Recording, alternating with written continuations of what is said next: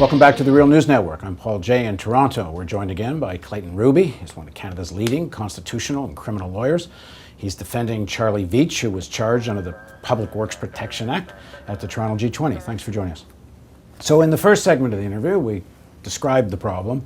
Now let's talk about what can people do. Effectively, what happened at G20 is the police have said to the people of Toronto that if a few windows are broken and a police car gets torched, many people undertake dubious circumstances, but whatever. And even if that didn't happen, they've created the precedent for simply saying we can arrest people that are protesting that we don't like. So what can we do about that? How do you enforce the charter? Can I get permission to leave now? I've told you the problem. That was the easy part. The rest of it is really problematic.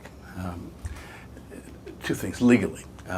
Two lawyers have brought a class action which would result in very large damages or larger damages and relative economy of scale if they could bring it.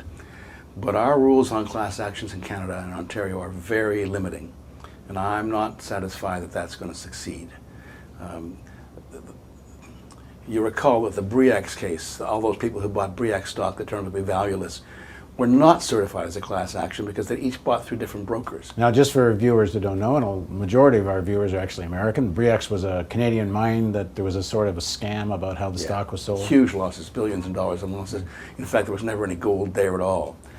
But minor differences in each case can destroy your right to bring a class action, and our class actions are much more restrictive than American class actions. So that's very tough. They're trying it, but it's very tough. You can't bring an injunction because an injunction prohibits future action, and we have no idea that we're going to do it again. So you can't do that.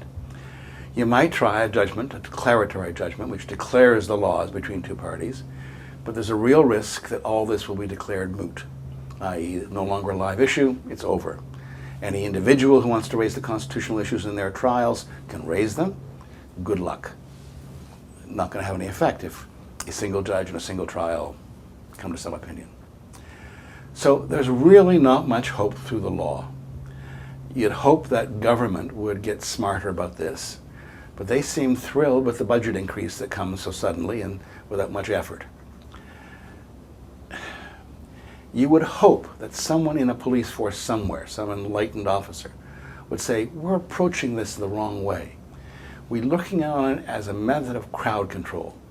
We should be in uniform and out of uniform, in with the demonstrators, walking along, making it clear to them, by being friendly, being there, talking to them, that we are police, that we're here to help them protest peacefully, that it's our job to protect their right to protest, and that's one of the reasons why we're here. And if anybody breaks out of the crowd and goes and breaks a window, you send 3 guys after him. You're right there.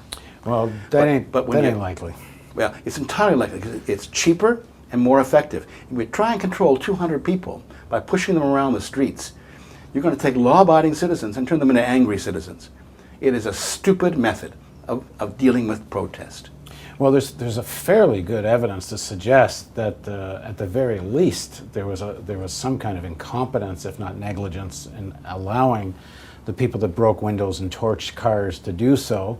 And there's some evidence to suggest there was a deliberate standoff. In fact, some of the Toronto police themselves have told the Toronto Sun that they were told to stand down while this was happening. So there's some evidence there was a kind of a policy decision to create the rationale for mass arrests, which everyone says, well, then let's have a public inquiry and find out what the real story is. I think there should be an inquiry, but it may not have been that deliberate. It may have been no more than that the police were not told, you are here to protect these protesters. Get with them. Go with them. Stand near them. They were clearly predisposed to head a detention center for 1,000 people. They were getting ready for that. That's what they were set up for, and that's what they got. Surprise, surprise, surprise. So if you have a charter right to protest, there's a charter right to free assembly, freedom of assembly. What does it mean if you can't enforce it, except as long as they drop the charges? It means in theory there is no right to protest as long as they never take you to court afterwards. That's right, and indeed many of the constitutional breaches, denial of counsel for example, will be irrelevant at the individual trials where charges are laid. The denial of heat, denial of proper clothing, medical care. In the detention center. In the detention center. Roughness, violence, all of this, use of rubber bullets. They may never be brought to account in any meaningful way, simply because our legal system is not designed to respect this kind of protest. It should be, it isn't. And that means the police can violate your rights with impunity.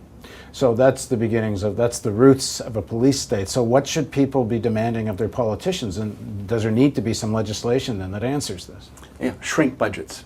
If the police haven't got enough money to do this, they will stop.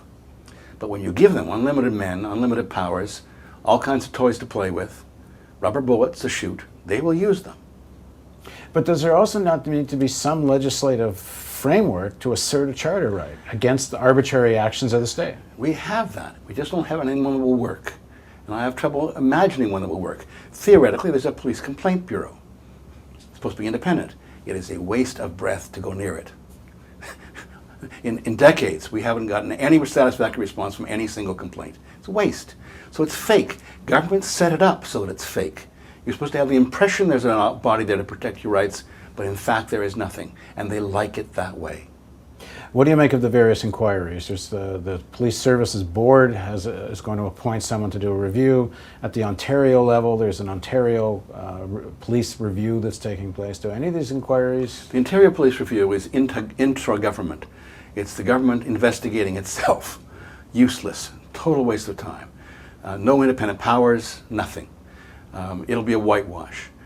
The Board of Police Commissioners investigation is a little more interesting, but they too have no powers to investigate, no powers to compel testimony, no subpoena power, and indeed they seem to be primarily preoccupied with the question of what was the chain of command and why wasn't there a proper chain of command. Those are interesting issues, but they're really quite minor compared to the major destruction of civil liberties entailed in this operation. So and no one wants to look at that. A royal commission is needed. Mr. McGuinty could establish one. Mr. Harper could establish one. Neither one will. Because they're both implicated. You bet. Thanks very much for joining us. My pleasure. And thank you for joining us on the Real News Network.